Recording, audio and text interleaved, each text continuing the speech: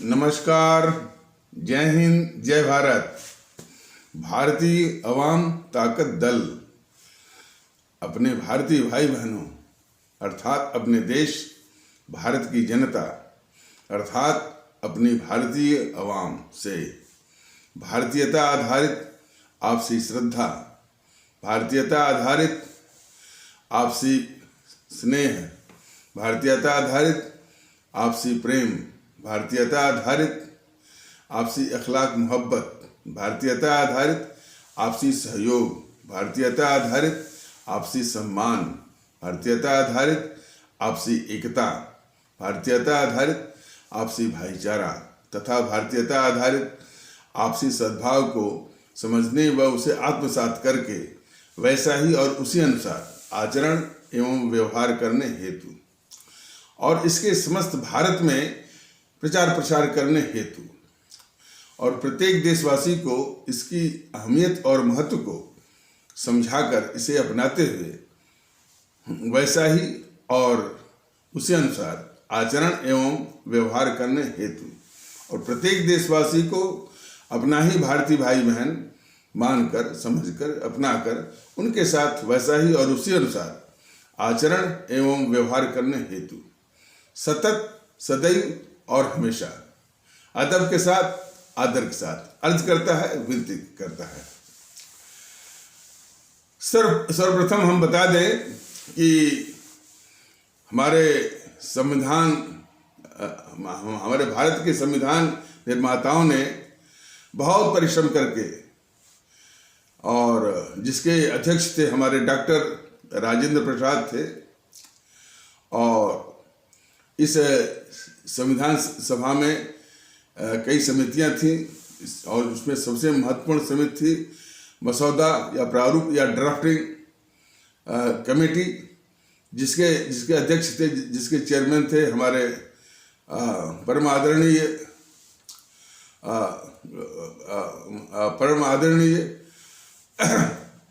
Doctor परम आदरणीय बाबा साहब डॉक्टर भीमराव अंबेडकर। तो इन्हीं तरह तमाम जो है अन्य विद्वान और जो कि वो राजभक्त जो हस्तियों के द्वारा 3.25 साल से अधिक समय लगा करके एक भारत का एक अद्वितीय संविधान का निर्माण किया। लेकिन होता क्या है कि कितना भी परिश्रम करिए थोड़ा सा एकाध कोना छूट ही जाता है।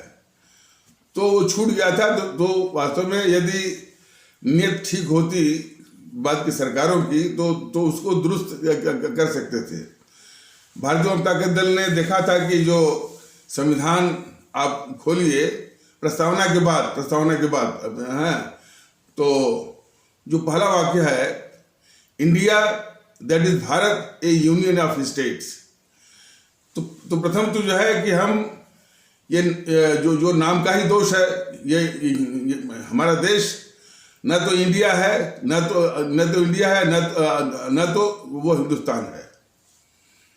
हिंदुस्तान के भी हिंदुस्तान कहते ही जो है वो एक स्वतः जो है पाकिस्तान के अस्तित्व की मान्यता अपने आप हो जाती है। तो हिंदुस्तान तो कहना ही नहीं है। और इंडिया एक जो है आयातित इंपोर्टेड शब्द है। तो इसका भी परहेज जो है इसका भी परहेज उतना ही आवश्यक है। तो न तो इसको कहा जाना चाहिए इंडिया या हिंदुस्तान, दोनों जो है इसके लिए जो है वो उपयुक्त नहीं है, उचित नहीं है और उचित नहीं है और न्यायोचित भी नहीं है। तो सिर्फ इसका नाम होना चाहिए भारत या भारतवर्ष। और भारतवर्ष नाम रखने से ही जो है अखंड भारत की भी कल्पना उसका प्रयास संभव है। तो इसलिए भारतीय अवाम ताकत दल जो अपने देश का जो नाम है न तो इंडिया और न तो वो हिंदुस्तान, इसलिए संविधान में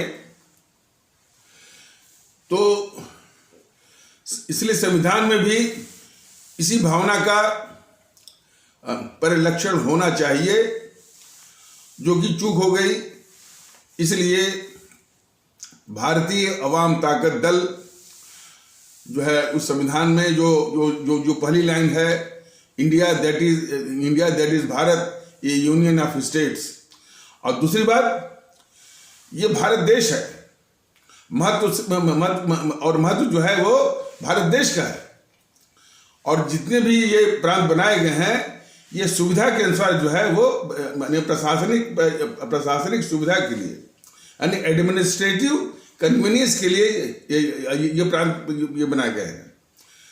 तो इन दोनों बातों का ध्यान रखते हुए उसमें संशोधन की आवश्यकता है, और कोई भी ईमानदार और देश के प्रति जिसकी भक्ति रही होती सरकार, एक तो देश की दुश्मन जेएनपीसी ने जो है वो 60-70 सालों तक वो एक शासन में रही, और शासन में रहना कोई इस बात का सर्टिफिकेट नहीं होता कि वह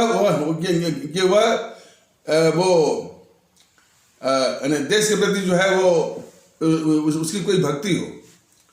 ये इस जेएनपीसी ने हर वक्त जो है देश के साथ दुश्मनी की है, शत्रुता की है, और एक औपनिवेशिक ताकत के रूप में इस मुल्क को इस भारतवर्ष को तबाह किया है। तो उससे तो कोई उम्मीद नहीं है, और उसने जो भी संशोधन किया है वह जो है उसने इस देश को कमजोर करने के लिए किया है। तो जो जेएनपीसी है एक बहुत खुखार किस्म की जो है वो औपनिवेशिक ताकत है, औपनिवेशिक ताकत जैसे कि अंग्रेज थे, तो उससे भी अधिक खतरनाक जो है देश की दुश्मन ये कांग्रेस है या जेएनपीसी है। तो उससे तो कोई उम्मीद नहीं थी, लेकिन इसके बाद जो अपने को ये राष्ट्रवादी कहते हैं उनकी भी कलई खुल रही है कि वो कितने राष्ट्रवादी हैं। लेकिन फिर भी भारतीय अवाम ताकत दल वो इस मत का है कि जो पहला वाक्य है जो कि एक खतरनाक संदेश देता है कि यानी भारत का अस्तित्व नहीं है बल्कि वो एक संघ है, जबकि अस्तित्व भारत का है, और भारत का चूंकि उसका संविधान बन गया है तो भारत एक राष्ट्र हो गया। तो वहां पर जो है जो लिखा हुआ है कि India that is Bharat a union of states, तो वहां पर होना चाहिए कि Bharat with states as its administrative units, यानी उसका हिंदी में मतलब हुआ कि राज्यों सहित भारत जो है एक राष्ट्र है, माने राज्यों के साथ, और राज्य जो राज्य है उसकी प्रशासनिक इकाई है। तो भारतवर्ष या भारत अपने राज्यों सहित जो कि उसकी भारतवर्ष अपने प्रशासनिक इकाइयां जो राज्यों के साथ एक राष्ट्र है। तो इस तरह से वो उसमें जो संशोधन की आवश्यकता थी कि Bharat with states as its administrative units a nation, इस तरह का जो है संशोधन करके इस तरह का संशोधन उसमें कर दिया जाना चाहिए। तो सबके तो स्पष्ट भी रहता, और कोई भी गद्दार किस्म का, देश विरोधी किस्म का, भारत विरोधी किस्म का इसका वो अन्यथा मतलब दूसरा मतलब जो है वो निकल नहीं पाता। तो भारतीय अवाम ताकत दल बराबर इस बात की चिंता थी कि ये जो वाक्य जो संविधान में लिखा हुआ है कि इंडिया दैट इज भारत ये यूनियन ऑफ स्टेट्स, इसका देश विरोधी और भी वामपंथी मानसिकता का, वामपंथी तो इसको राष्ट्र भारत को राष्ट्र के रूप में कभी मानते ही नहीं है। तो दूसरी तरह से यानी देश विरोधी और भारत विरोधी और भारत को टुकड़ों में करने वाला और जो है वो देखने वाला ये जेएनपीसी भी है। तो उसी का परिलक्षण कल जो है उसके भाषण में दिया। जो जो ये जो ये गद्दार जो है, जो देश का बहुत ही खतरनाक किस्म का गद्दार है राहुल गांधी। तो बजट भाषण में वो क्या कह रहा है, वैसे तो इतनी बात तो सत्य है कि इनकी संविधान में लिखा हुआ है कि India that is Bharat a union of states, लेकिन वो राष्ट्र है कि नहीं है, जब राष्ट्र है, जब है कि नहीं है, ये इतनी अस्पष्टता नहीं है उस पर, इतनी स्पष्टता नहीं है कि इंडिया दैट इज भारत ये union of states as a nation. तो एज ए नेशन या वहां पर यह भी नहीं लिखा है कि वो नेशन नहीं है। तो वो नेशन है या नहीं है, यह भी जो संविधान में लिखा हुआ नहीं है। लेकिन ये गद्दार राहुल गांधी आगे बढ़ के कह रहा है कि इज नॉट ए नेशन, यानी राष्ट्र ही नहीं है। बताइए, अब तक हम लोग कहते आ रहे हैं कि भाई ये भारत एक राष्ट्र है, भारत एक राष्ट्र है, और ये गद्दार जो है, ये राहुल गांधी जो है सरेआम जो है उस संसद में कह रहा है कि भारत एक राष्ट्र नहीं है। वो जो चूक रह गई थी संविधान के लिखने वालों से, उसी चूक का ये भारत का दुश्मन, भारत द्रोही राहुल गांधी ने उसी का दुरुपयोग किया। तो भारतीय जनता दल यह स्पष्ट मत है कि जो संविधान में लिखा हुआ है कि इंडिया दैट इज भारत ये यूनियन ऑफ स्टेट्स, इसको हटा करके Bharat with states as its administrative units a nation, इस तरह का संशोधन वो करेगा। और इस तरह की बात जो है और इसी रूप में वो प्रयास भी कर रहा है। लेकिन इस तरह का खतरनाक भाषण, देश विरोधी भाषण, भारत विरोधी भाषण जो है, इन कायर बीजेपी वालों के सामने ही, इस कायर प्रधानमंत्री मोदी जी के सामने ही और हमारे लोकसभा अध्यक्ष के सामने ही वह देश विरोधी कह रहा है कि भारत राष्ट्र ही नहीं है। इतना खतरनाक भाषण वो दिया और कोई एक भी सदस्य लोकसभा का बोला नहीं कि तुम वो कैसे कर रहे कि राष्ट्र नहीं है। राष्ट्र नहीं है यह भी संविधान में मेंशन नहीं है। राष्ट्र नहीं है, ये स्वाभाविक है कि हमारे देश के लोग, हमारे इस भारतवर्ष के लोग, हमारे आदरणीय भारतीय भाई बहन सभी इस संविधान की जो बारीकियां हैं, जो फाइनेंशियल या नेसेसिटीज हैं, तो इसको समझ न पाए, माने यह स्वाभाविक है। लेकिन इसलिए मैं उसको इतना विस्तार से इतना डिटेल में मैं नहीं जा रहा हूँ। लेकिन जो चीज उसमें लिखी हुई नहीं है और थोड़ी सी चूक हो गई, उसी चूक का ये गद्दार राहुल गांधी ने दुरुपयोग करते हुए सीधे कह रहा है कि ये भारत एक राष्ट्र नहीं है। यदि संविधान लिखने वालों ने यदि वो लिख दिए होते कि इंडिया दैट इज भारत, ये union of states is a nation लिख दिए होते तो शायद इसको मौका नहीं मिलता। लेकिन ये गद्दार राहुल गांधी जो है, उसी चूक का दुरुपयोग किया इसने, एक्सप्लॉइट किया, शोषण किया इसने, और इन कायर बीजेपी के एमपी,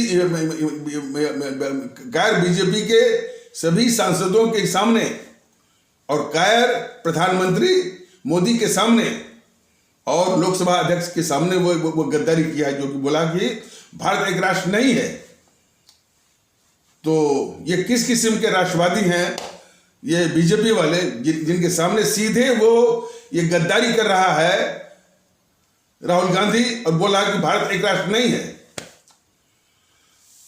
तो इस राहुल गांधी की गद्दारियों के विषय में भारतीय जनता दल बराबर अपने आदरणीय भारतीय भाई बहनों को आगाह करता रहा है, अपने आदरणीय आवाम को आगाह करता रहा है।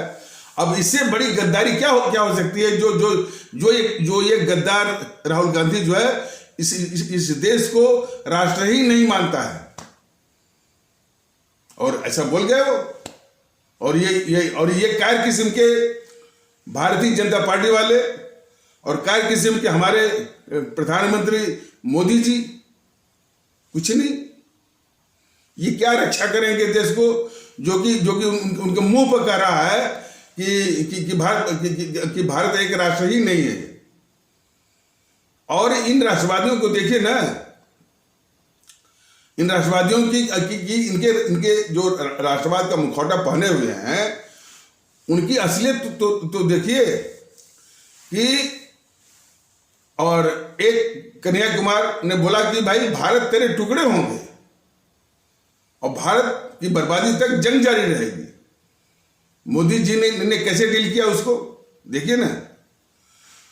मोदी जी ने अब चूंकि जो है वो देशद्रोह के लिए कोई अस्पष्ट और कोई कठोर कानून भी नहीं है।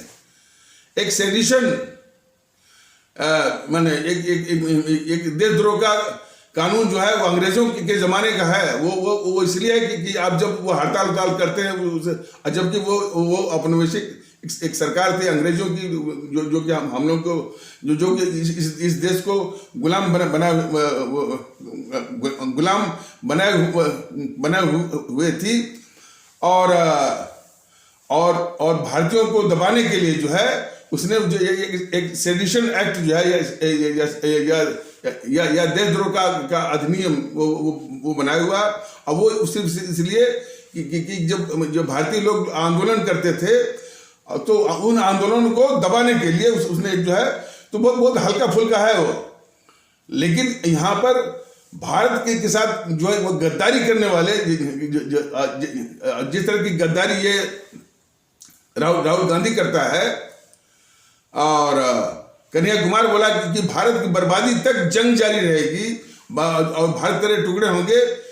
ऐसे अपराधों के लिए आज तक कोई कानून माने कोई स्पष्ट और ठोस कानून नहीं है। ये जेएनपीसी सत्ता में रही, उसको तो आवश्यक ही नहीं कि माने और वो भला कैसे इस तरह का कानून बनाती देशद्रोह का कोई स्पष्ट और कठोर कानून क्यों बनाती, जो कि खुद ही जो है जो कि खुद ही देशद्रोही है वो। लेकिन ये राष्ट्रवादी किस्म के ये भाजपा वाले, भारतीय जनता पार्टी वाले, इनको 8 साल वो होने जा रहा है। इन्होंने देशद्रोह के लिए या भारत विरोधी गतिविधियों के लिए कोई भी स्पष्ट और कठोर कानून बनाने की आवश्यकता इन राष्ट्रवादियों को नहीं हुई। लेकिन भारतीय अवाम ताकत दल बिल्कुल स्पष्ट है कि जब भी इसको मौका मिलेगा, जब भी इसको अवसर आएगा, और खास करके जब भी हमारे आदरणीय भारतीय भाई बहन जो है आशीर्वाद देकर के सत्ता का उपकरण इसके हाथ में देंगे, तो देशद्रोह के लिए, भारतद्रोह के लिए एक स्पष्ट और कठोर से कठोर जो है वो कानून भी बनाएगा। तो उसका भी दुरुपयोग करते हुए, और चूंकि ये झूठे राष्ट्रवादी हैं तो ये राष्ट्रवादी हैं मोदी जी भी और बीजेपी भी, तो वो बोल करके भारत तेरे टुकड़े होंगे, भारत की बर्बादी तक जंग जारी रहेगी। और वैसे भी कोई भी सच्चा राष्ट्रवादी प्रधानमंत्री होता तो कानून हो चाहे न हो, चूंकि प्रश्न देश का है, तुरंत इस कन्हैया कुमार को सेना के हवाले करता। और यही नहीं, यदि सचमुच कोई राष्ट्रवादी प्रधानमंत्री होता और कोई इस तरह से नारा लगाता कि भारत के टुकड़े होंगे, भारत की बर्बादी तक जंग जारी रहेगी, तो कन्हैया कुमार ही नहीं, कन्हैया कुमार कन्हैया कुमार का समर्थन करने वाले, चाहे वो कितने भी महत्वपूर्ण हो, चाहे वो कितने भी ताकतवर हो, उनको भी सेना के हवाले जो है कर दिया, सेना के हवाले कर दिया जाना चाहिए था और कर दिया जाना चाहिए। लेकिन ये झूठे नकली राष्ट्रवादी जो है ऐसा न करके फिर, और जहाँ पर कि मैंने इसे जहाँ पर कि देशद्रोह के लिए, राष्ट्रद्रोह के लिए और देश के साथ गद्दारी के लिए कोई स्पष्ट कानून है ही नहीं, तो इसी का फायदा उठा करके जो है वो दिल्ली हाई कोर्ट ने जो है उसको जमानत दे दिया। और वो इतना खतरनाक कन्हैया कुमार जो है छाती तान करके घूमने लगा और ये भी कह रहा कि हमने तो ऐसा कहा ही नहीं, और यदि हमने ऐसा कहा है तो मोदी जी हमको जो है वो गिरफ्तार करें। ये बोल करके वो गद्दार, देश का इतना घोर गद्दार, राष्ट्रद्रोही और भारतद्रोही कन्हैया कुमार जो है खुले और छुट्टा सांड के रूप में वो घूम रहा है। तो इसके लिए जिम्मेदार सिर्फ जो है मोदी जी हैं। नकली राष्ट्रवादी, नकली राष्ट्रवादी क्या है? इसी को तो बोलते हैं देशद्रोह। देशद्रोहियों को जो बचाए वह देशद्रोही है। जितने भी देश के दुश्मन हैं उनको ये मालूम है कि देशद्रोह के लिए या देश के खिलाफ गद्दारी करने के लिए कोई स्पष्ट और जो है कोई कठोर कानून नहीं है। इसका दुरुपयोग सभी जो देश के जितने भी गद्दार हैं उनको पता है, इसलिए जो है कभी भी देश के साथ वो गद्दारी करने से चूकते नहीं हैं। तो जैसे राहुल गांधी इस देश का सबसे खतरनाक किस्म का गद्दार है और हर वक्त जो है वो अपने देश भारत के खिलाफ गद्दारी करता ही रहता है, उसी असर के ये चैनल वाले हैं, टीवी चैनल वाले। यह भी गद्दार राहुल गांधी की गद्दारी का जो है जो वक्तव्य जो है कि भारत राष्ट्र ही नहीं है, इसको ब्रेकिंग न्यूज के रूप में प्रमुखता से प्रोमिनेंटली हमेशा दिखाते हैं। तो ये चैनल वाले भी बहुत बड़े गद्दार हैं, इस देश के बहुत बड़े वो जो है वो देशद्रोही हैं, राष्ट्रद्रोही हैं। तो वास्तव में इनको यदि गद्दार कहा जाए, राष्ट्रद्रोही कहा जाए तो इन पर असर नहीं पड़ता। असर इन पर तब पड़ेगा कि जब इनके व्यापार पर कोई जो बिजनेस चलाते हैं इस पर असर पड़े। तो मेरी तो गुजारिश है अपने सभी आदरणीय भारतीय भाई बहनों से कि छोटे किस्म के चैनलों से, छोटे किस्म के टीवी चैनलों से काम निकाल लीजिए। इन चैनलों का पूर्णतः जो है वो बहिष्कार करिए, इनको देखना बंद करिए। और हमारे कम से कम 135 करोड़ में मान लीजिए सबके पास टीवी होगी कि नहीं होंगे, और यदि 100 करोड़ या 100 करोड़ या 1.25 करोड़ हमारे आदरणीय भारतीय भाई बहन बिल्कुल यानी इन चैनलों को NDTV हो, जो हो NDTV हो, न्यूज़ 24 हो, आज तक हो, जी न्यूज़ हो, ABP न्यूज़ हो, कोई भी हो, सबको देना पूर्णतः बंद करिए, बहिष्कार करिए इन गद्दार चैनलों का। तो और तभी ये मानेंगे। कोई जो है कोई आवश्यक नहीं कि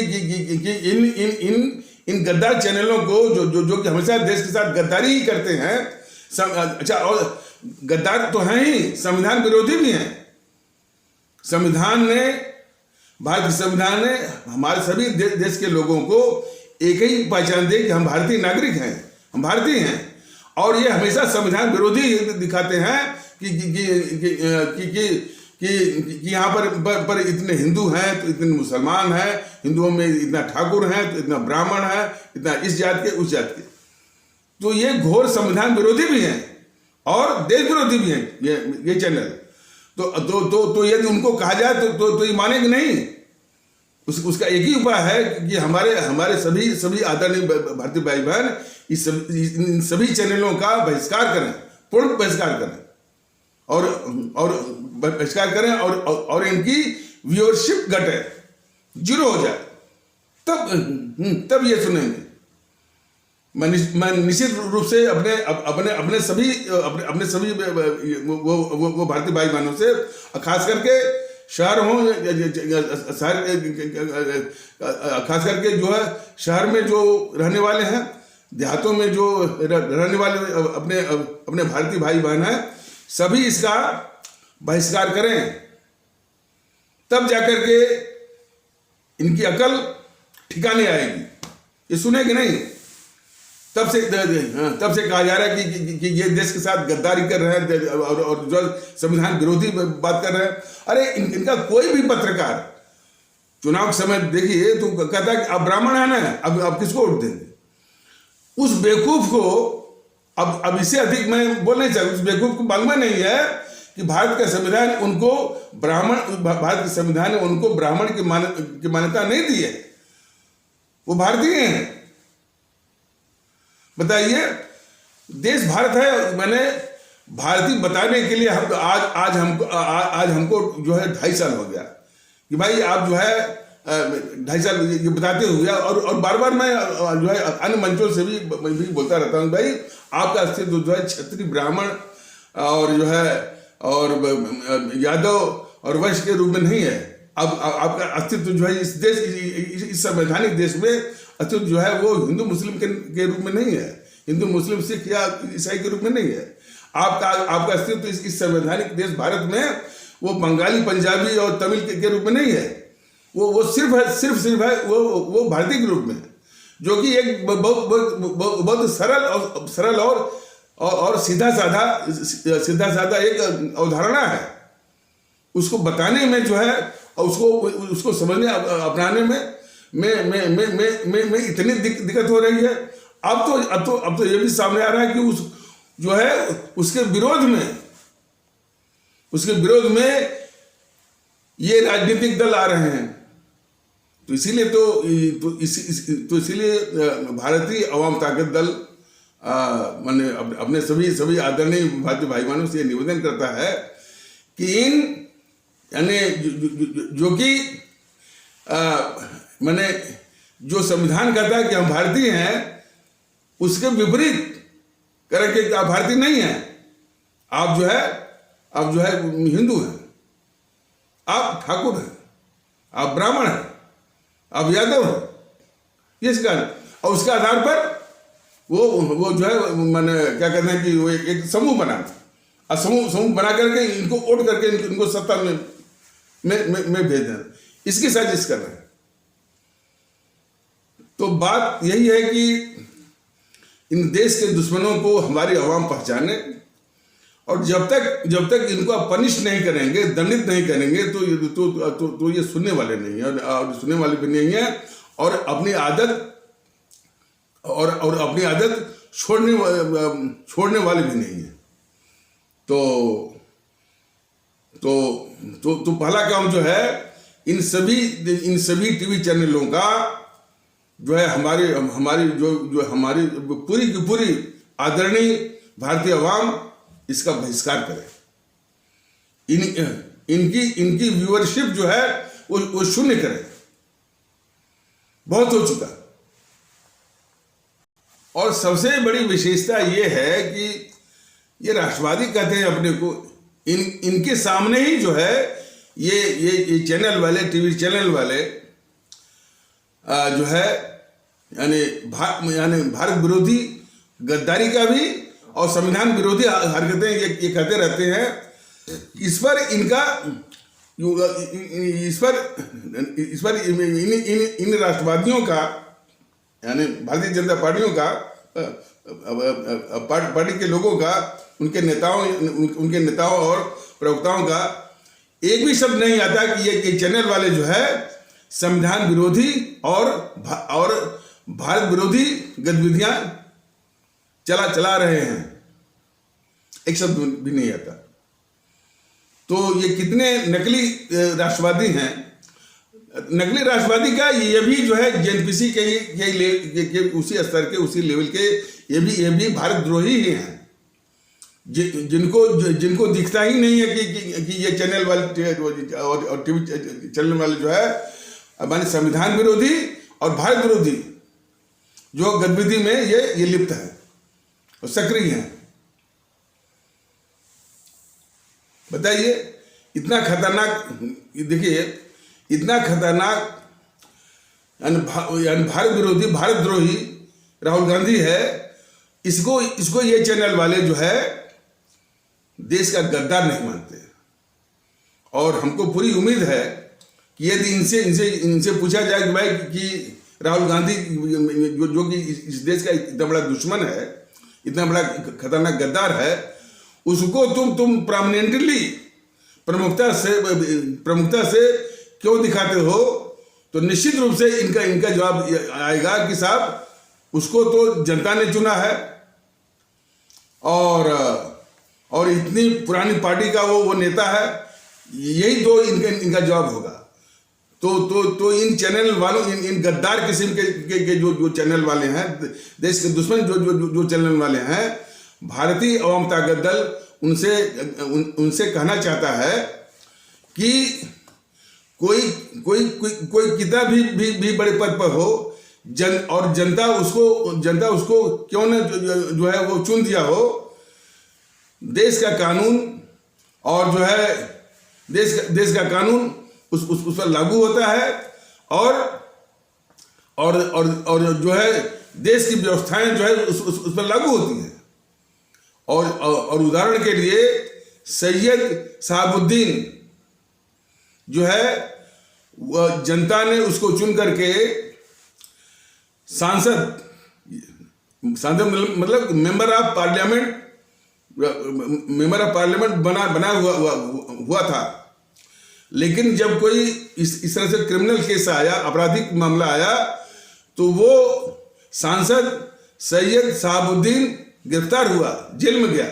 कहने मतलब कि इस देश का कानून उसको ऊपर लगा ना। तो उसी प्रकार जनता ने भले वो चुन दिया हो, और वो कितना भी अपने को पावरफुल समझता हो, और कितना भी पावरफुल ये गद्दार किस्म के चैनल उसको मानते हैं, यदि वो गद्दारी करता है तो उस देश का गद्दार है, और देश का कानून और देश की व्यवस्थाएं उन पर लागू होंगी। लेकिन ये अपने व्यापार में इतने अंधे हैं कि सिर्फ व्यापार और पैसे कमाने कि में अंधे हैं, और कहते हैं कि हम तो लोकतंत्र के चौथे स्तंभ हैं।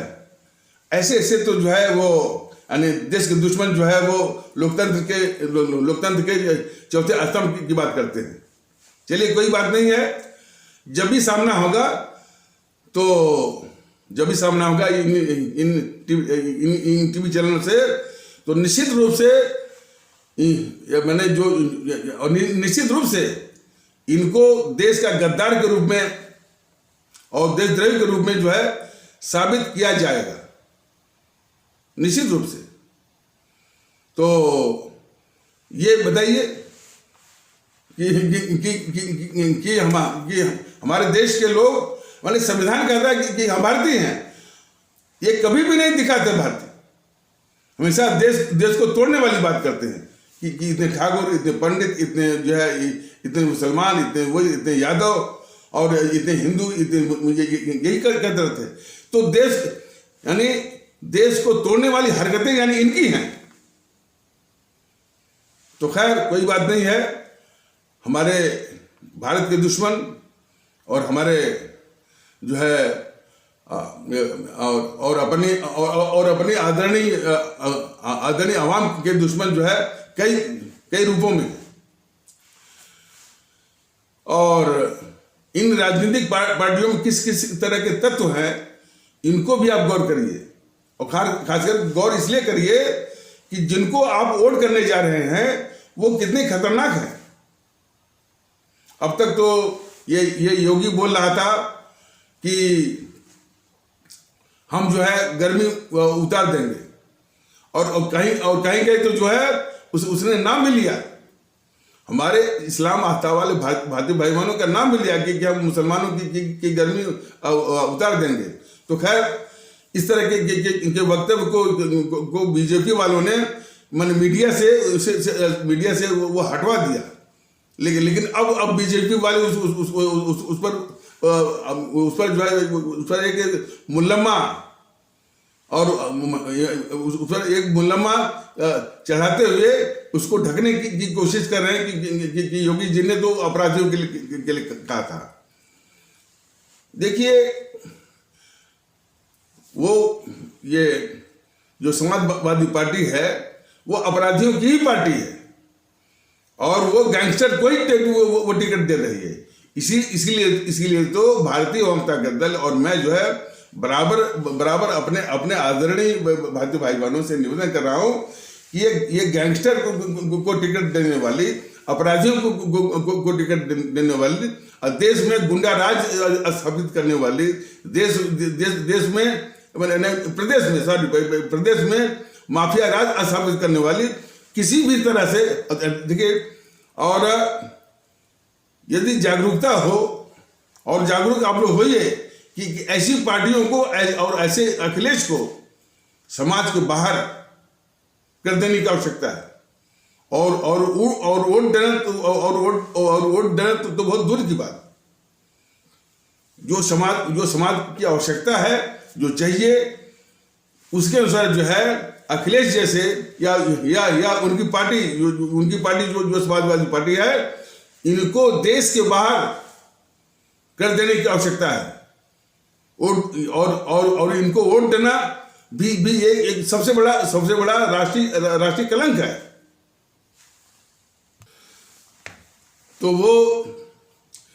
तो ये बात सही है कि देश के अपराधियों देश के अपराधियों को, माफियाओं को, गैंगस्टर को ये टिकट दे रही है समाजवादी पार्टी। बात सही है। इसी से हमारे जो प्रदेश के लोग, और इसी से हमारे उत्तर प्रदेश के आदरणीय भारतीय भाई बहन या आदरणीय मतदातागण भारतीय भाई बहन अच्छी तरह से जान लें कि ये पार्टी मुंह से कुछ भी बोले, वो बोलने के लिए इसके प्रवक्ता तमाम झूठ झाट बोलने के लिए जो है वो चैनलों पर आ जाते हैं। और चैनल वाले ऐसे ही समाज विरोधी तत्वों को बुला करके समाज विरोधी किस्म का ये बहस करवाते हैं। और इनकी बात भी देख लीजिए ना, हमेशा जो है हिंदू मुस्लिम और जो है इनके 90% हिंदू मुस्लिम और मंदिर मस्जिद। बताइए, इस देश को चाहिए कि अवाम में कैसे एकता हो, कैसे भाईचारा बढ़े, कैसे जो है वो सुकून आए, भाईचारा बढ़े, एकता हो और जो है सुकून आए। इस पर एक काम नहीं करते सब। दिन रात ये चैनल वाले ये यानी भारत के दुश्मन भी हैं। दिन रात जो है हिंदू मुस्लिम और जो है वो मंदिर मस्जिद की बहस करवाते हैं। तो और ऐसे ही जो है समाज विरोधी वक्ताओं को बुलाते भी हैं। वो भी उसी रंग में बात करते हैं। तो उनके वक्तव्यों को या उनके प्रलापों पर मत जाइए। जो फितरत जो चरित्र है समाजवादी की, कि जो है वो गैंगस्टर को टिकट दे रही है, माफियाओं को टिकट दे रही है, वो अपराधियों को टिकट दे रही है। और यदि उसकी सत्ता आएगी तो पूरा जो है उत्तर प्रदेश में माफिया राज, गुंडा राज, दाताओं का राज स्थापित हो जाएगा, जिसको जनता हमारी 5 साल तक वो झेलेगी। और घोर किस्म के जातवाद तो खैर रह गए, घोर किस्म के जातवाद हर एक में, यानी सरकारी जो व्यवहार होगा, और जितनी भर्तियां होंगी, और माफियाओं और गुंडों के राज में विशेष असर पड़ता है हमारी जो बच्चियां होती हैं, हमारी जो बहुएं होती हैं, बेटियां होती हैं, उनके लिए सबसे अधिक जो है कहर वो बरतता है। मैंने बताया था ना कि इसी खीरी में जो है दो इस्लाम आस्था वाली दो जो है हमारे इस्लाम आस्था वाले भारतीय भाई बहनों के तबके से दो बच्चियां थी स्कूल जाने वाली। सफाई गुंडों के माने उनके आतंक से और उनके व्यवहार से या उनकी गुंडई से वो त्रस्त होकर के, परेशान होकर के उन स्कूल जाने वाली इस्लाम आस्था वाले भारतीय भाई बहनों के तबके की वो बच्चियां जो है स्कूल जाने वाली, उन दोनों ने आत्महत्या कर लिया सफाई गुंडों के गुंडई के कारण। ये क्या बात करते हैं? अरे सफाई गुंडों की गुंडई से अखिलेश यादव की पत्नी श्रीमती डिंपल यादव वह भी बच नहीं सकी, वो भी नहीं बच पाई। तो जहां पर जो है वो जो संगठन का मुखिया की पत्नी तक जो है वो सुरक्षित नहीं है, तो समझ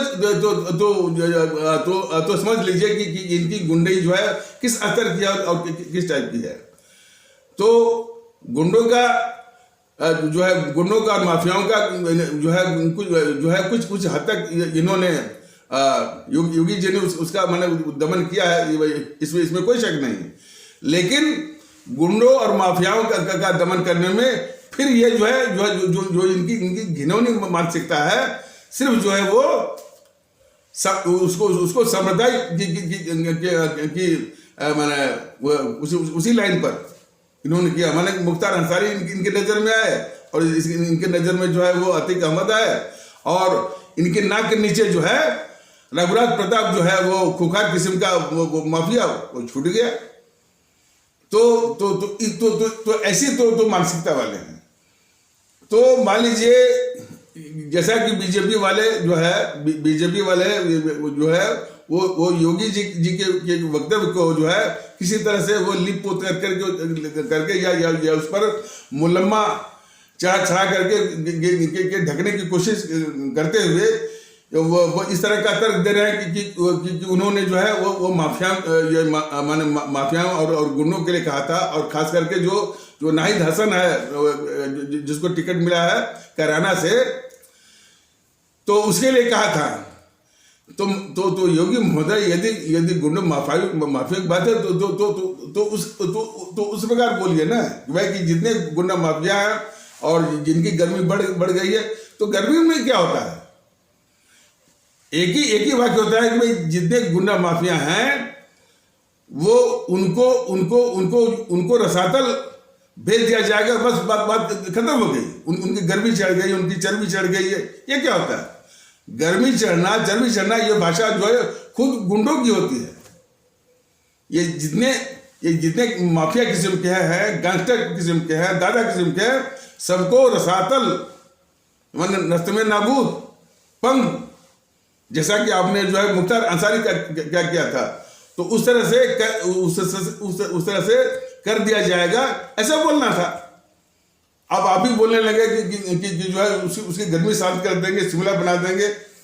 तो इससे जो है एक गलत एक परिपाटी और परंपरा का जन्म होता है। भाषा तो खैर वो अनपार्लियामेंट्री है ही। तो योगी महोदय का सिर्फ यही पक्ष मत देखिए, इनके मन में क्या है वो गंदगी, उस गंदगी से जो है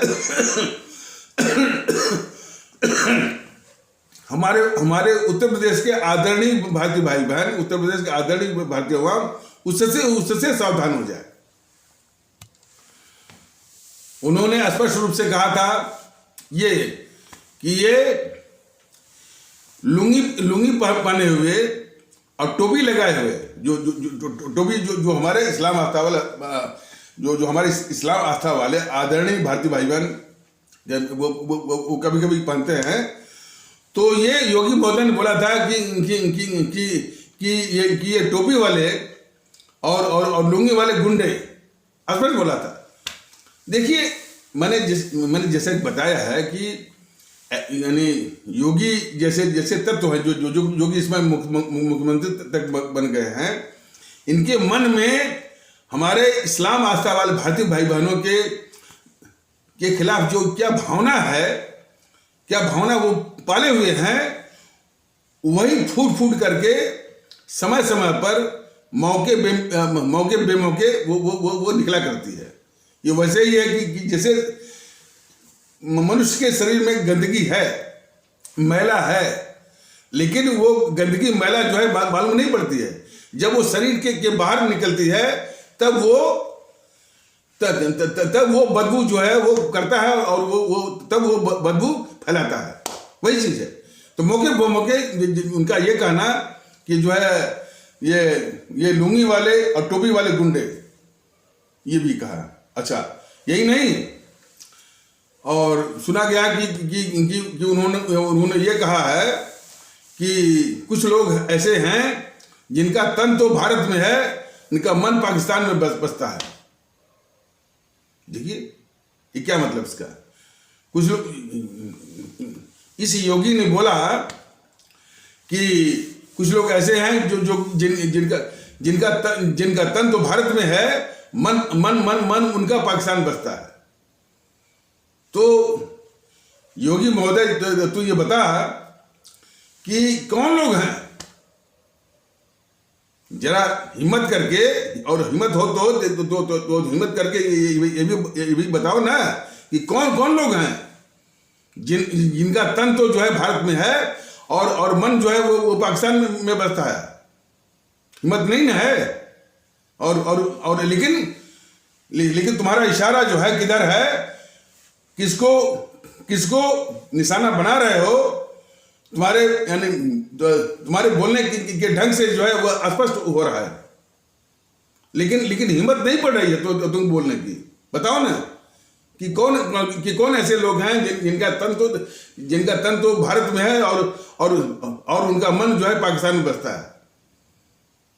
तो मैं तुमको, हालांकि तुम तड़का वाली भाषा जो है हम इसके खिलाफ है, लेकिन हमको इतना इन सब बातों पर इतना क्रोध है कि यानी सम्मान देने की तो बात ही नहीं है। तो योगी महोदय जान लीजिए कि जो आपने अपरोक्ष रूप से जो निशाना बनाया है हमारे इस्लाम आस्था वाले भारतीय भाई बहनों की ओर से, तो इसके संबंध में आप जान लीजिए कि जिनका तन, जान लीजिए कि वो हमारा इस्लाम आस्था वाला भारतीय भाई बहन कुछ कट्टरवादी तत्व, और वो कट्टरवादी तत्व जो है इन्हीं देश के दुश्मन जीएनपीसी, गांधी नेहरू परिवार चांदा चौकड़ी काकस के द्वारा, वामपंथियों के द्वारा, टीएमसी के द्वारा और जो है वो और समाजवादियों के द्वारा पाला जाता है और इस्तेमाल किया जाता है।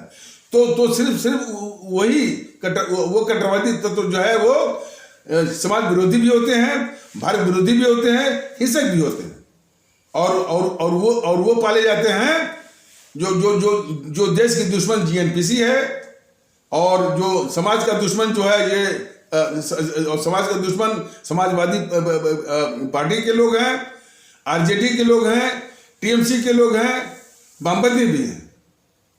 इनके द्वारा वो पाले भी जाते हैं और इस्तेमाल भी किए जाते हैं चुनाव आदि ऐसे मौकों पर।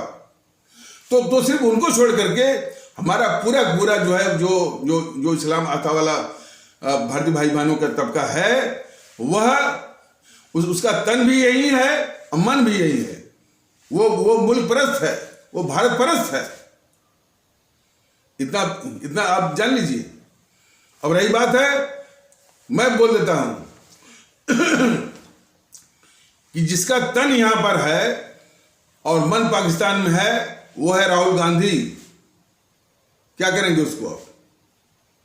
वो है अखिलेश यादव, जिनका तन यहां पर है, मन है पाकिस्तान में। हमारे इस्लाम आस्था वाले भारतीय भाई बहन नहीं हैं, ये जान लीजिए।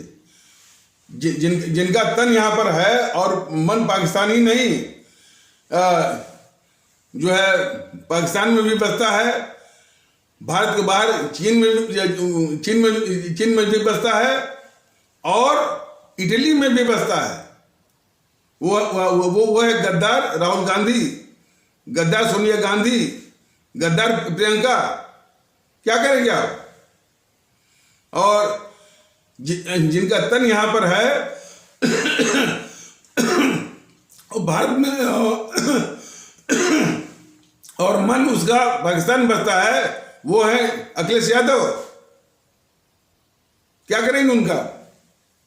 लेकिन एक सवाल आपसे भी है, आपका तन यहां पर है, आपका मन कहां बसता है? अब बताइए। हमारे उत्तर प्रदेश के, हालांकि इस तरह का सवाल हमको नहीं करना चाहिए, लेकिन जिस तरह की गतिविधि इस योगी की है, ये सवाल बिल्कुल वाजिब है कि ये सवाल उससे या उनसे किया जाए। तो भारतीय वामता का दल आप योगी महोदय से ये पूछ रहा है कि आपका तन यहां पर है और मन कहां बस रहा है? बताइए ना, जवाब है इसका। आप नहीं बोल सकते। भारतीय वामता का दल और मैं ये बोल रहा हूं कि आपका तन तो जरूर यहां पर है, मन आपका जो है वो नेहरू खानदान में बसा हुआ है। जो नेहरू परिवार है या जेएनपीसी है, नेहरू खानदान जो इस देश का सबसे बड़ा गद्दार कुनबा है, उनमें आपका मन बसा हुआ है। आप भी इस देश के गद्दार हैं और इसका नमूना जो है प्रदेश के लोगों ने देखा है कि आपने जब इलाहाबाद का नाम बदल करके उसको प्रयागराज किया, उसी के बगल में गद्दार मोतीलाल नेहरू के नाम पर Motilal Nehru engineering college MLNR पर आपकी नजर नहीं गई, चूंकि आपको उसको बचाना था। और आपसे आगे आपका आका जो है, हालांकि इन शब्दों का प्रयोग हमको नहीं करना चाहिए, मैं बिल्कुल मानता हूं, लेकिन इनकी गतिविधि का आईना दिखाने के लिए मजबूरन ऐसे शब्दों का हमको जो है जो कि बल्कि अनपार्लियामेंट्री भी हो सकते हैं। तो योगी महोदय, आपका आका जो है मोदी महोदय है, उनको जो है मैंने उनको जो है जेएनपीसी का वो गद्दार जवाहरलाल नेहरू, गद्दार इंदिरा गांधी, गद्दार राजीव गांधी और गद्दार जो है सोनिया गांधी, राहुल गांधी, प्रियंका गांधी, ये सब गद्दार उनको नहीं दिखते हैं। और उनको जो अड़चन है सिर्फ हमारे इस्लाम आस्था वाले भारतीय भाई बहनों से, और उनको जो है देश के लिए यानी वो खतरा मानते हैं। इसीलिए अरुण जेटली का यानी करीब 2 साल या 3 साल पहले जब देहांत हुआ तो उनके मृत्यु पश्चात उनको सम्मान देने के लिए किसी स्टेडियम का को उनके नाम पर उस स्टेडियम का नाम रखा जाना था। तो मोदी महोदय और मोदी के जितने मोदी के जितने सिपह सालार हैं, उनको दिल्ली का जवाहरलाल नेहरू स्टेडियम नहीं दिखा, और न इसलिए नहीं दिखा कि ये मोदी महोदय वो घोर गद्दार जवाहरलाल नेहरू को गद्दार नहीं मानते हैं। इनको क्या दिखा? वो फिरोज शाह कोटला, जो कि फिरोज लिखा हुआ है। तो इसलिए योगी महोदय, आपका तन तो है वो प्रदेश में, लेकिन आपका मन जो है इन जो ये गद्दार हैं जेएनपीसी वाले, वहां बसता है।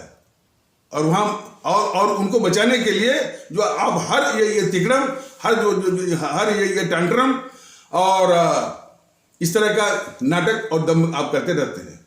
तो आप इस प्रदेश के लिए, देश के लिए जो है बहुत ही खतरनाक है। ये हमारे जो है उत्तर प्रदेश के आदरणीय भारतीय भाई बहन जो है वो बिल्कुल अच्छी तरह से समझ लें, यानी बहुत ही खतरनाक। और दूसरी बात, योग्य मत जान लीजिए, आप कहते हैं कि आप गर्व से कहो हम ठाकुर हैं। इतना भी आपको पता नहीं है कि संविधान ने किसी को भी ठाकुर के रूप में, ब्राह्मण के रूप में या हिंदू के रूप में मान्यता नहीं दी है महोदय। आपका यह वक्तव्य जो है कि गर्व से कहता हूं मैं,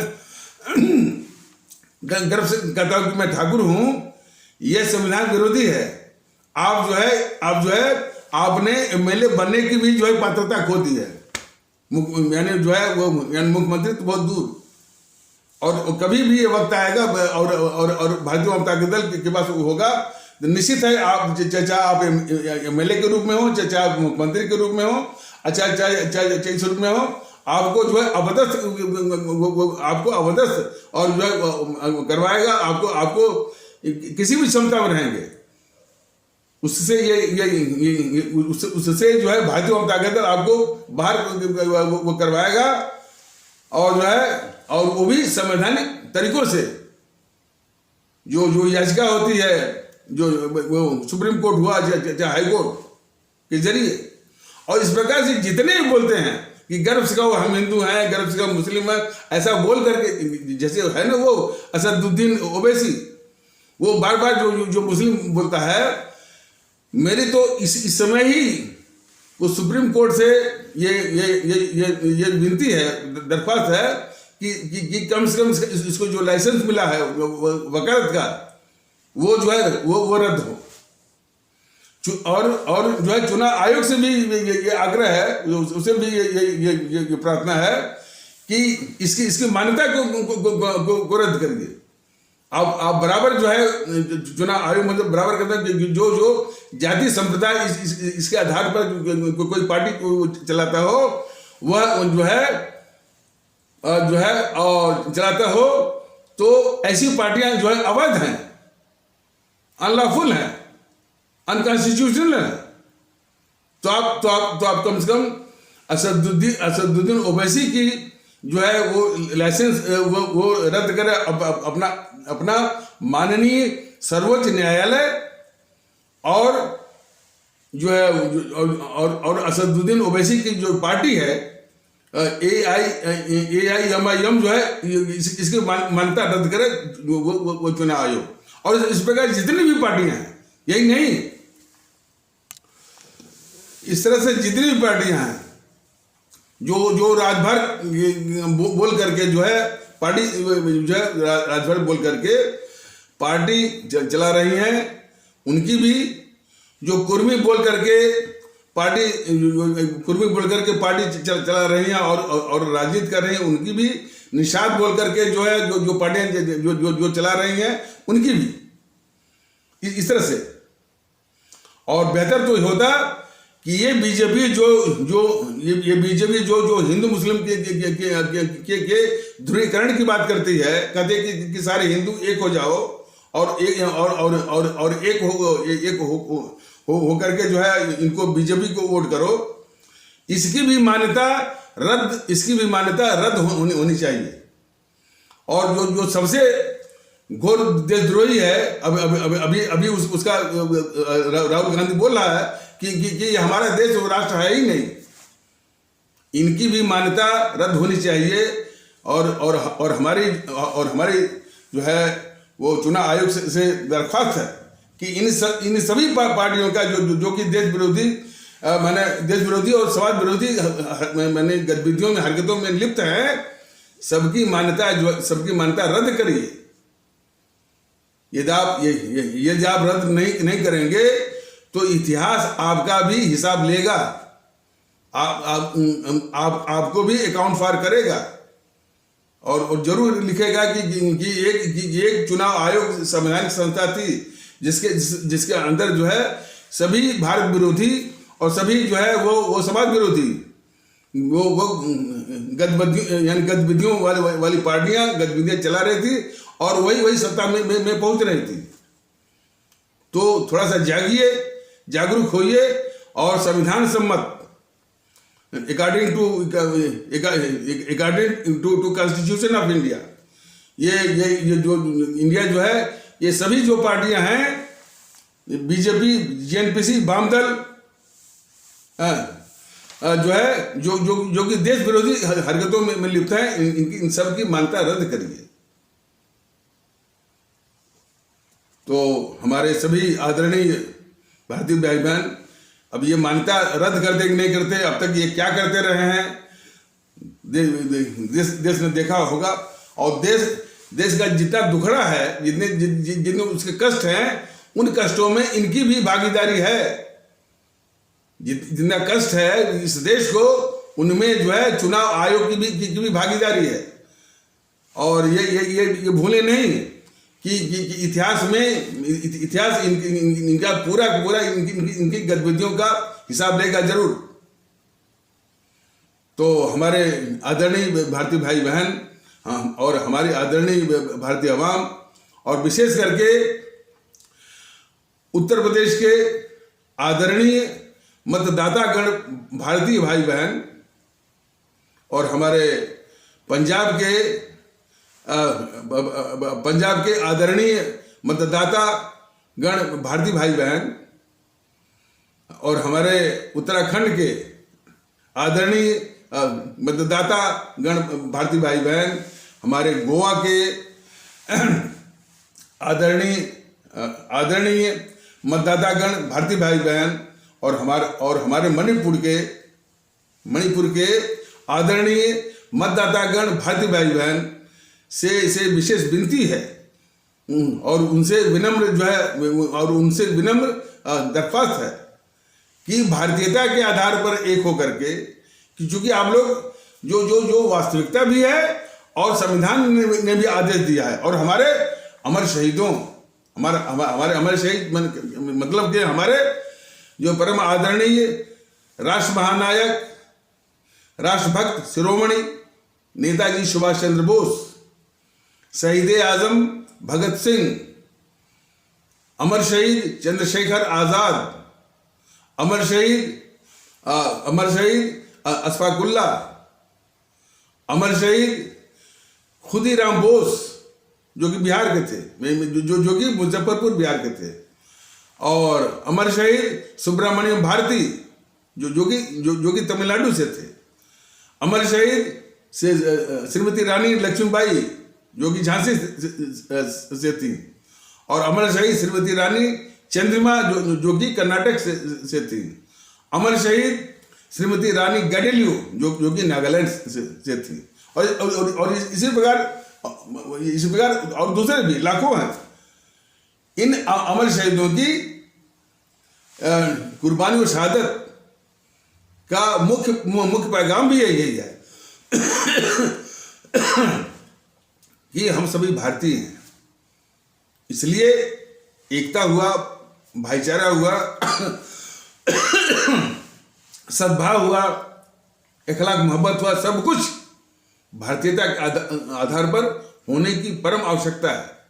तो उसी आवश्यकता को देखते हुए आप जो हमारे जितने भी जो कि इन 5 राज्यों में चुनाव होने जा रहे हैं, आप जो है भारतीयता के आधार पर एक होकर के इन देश विरोधी, भारतीय समाज विरोधी ताकतों को नष्ट में नाबूद करने के लिए ईवीएम मशीन पर जो है सिर्फ नोटा दबाइए, नोटा, इसको भूलिए मत, और इसको प्रसारित करिए कि इस तरह की जागरूकता है। और हमारे सभी आदरणीय जो है मतदातागण भारतीय भाई बहन जो है सिर्फ जो है नोटा का इस्तेमाल करें, और प्रसारित भी करवाएं कि सभी को नोटा ही दबाना है, और नोटा का प्रतिशत जो है यानी कम से कम 90 तक लाना है, और वहीं से जो देश विरोधी ताकतों का भी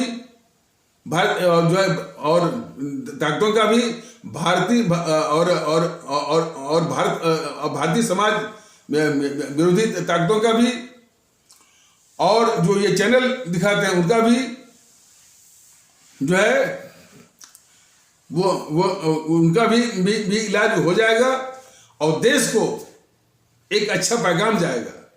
इस चुनाव आयोग को भी एक अच्छा, एक माकूल और बेफिटिंग आंसर जाएगा, जो कि हमारे भारतीय भाई बहनों को यानी जानलेवा और मौत के मुंह में झोंकने वाला चुनाव जो थोपा है इसने, तो उसको भी माकूल जवाब देने के लिए जो है नोटा दबाइए आप लोग, और नोटा का प्रतिशत 90 के ऊपर ले जाइए।